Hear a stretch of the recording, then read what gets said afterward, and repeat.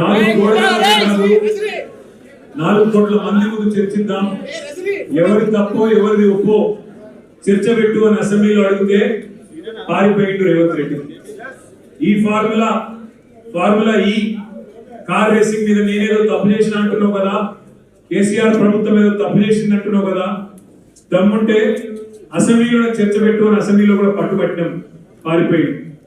4 గోడల మధ్యన ఎందుకయ్యా 4 కోట్ల మంది ముందు మాట్లాడదామంటే పారిపోయింది.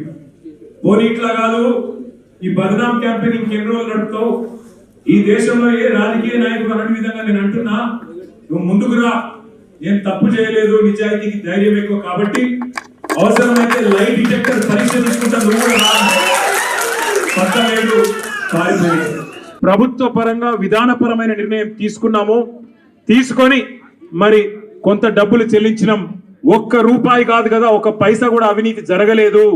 ఈడికెళ్ళి పైస పోయింది, అక్కడ ఉన్నది, ఇలా అవినీతి ఎక్కడ ఉంది అనే అవినీతి నిరోధక శాఖ అధికారులను అడిగినాం, సమాధానం లేదు.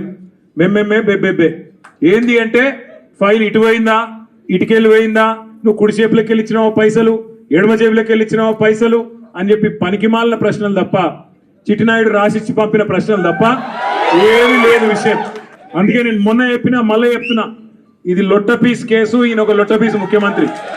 ఏది కాదు వీళ్ళతోని ఏం చేయరాదు, పరిపాలన చేత కాదు, ప్రజలకిచ్చిన హామీలు నెరవేర్చే దమ్ము లేదు. అందుకే దద్దమ్మ రాజకీయంతో ఇవాళ తప్పించుకునే ప్రయత్నం చేస్తా ఉన్నారు.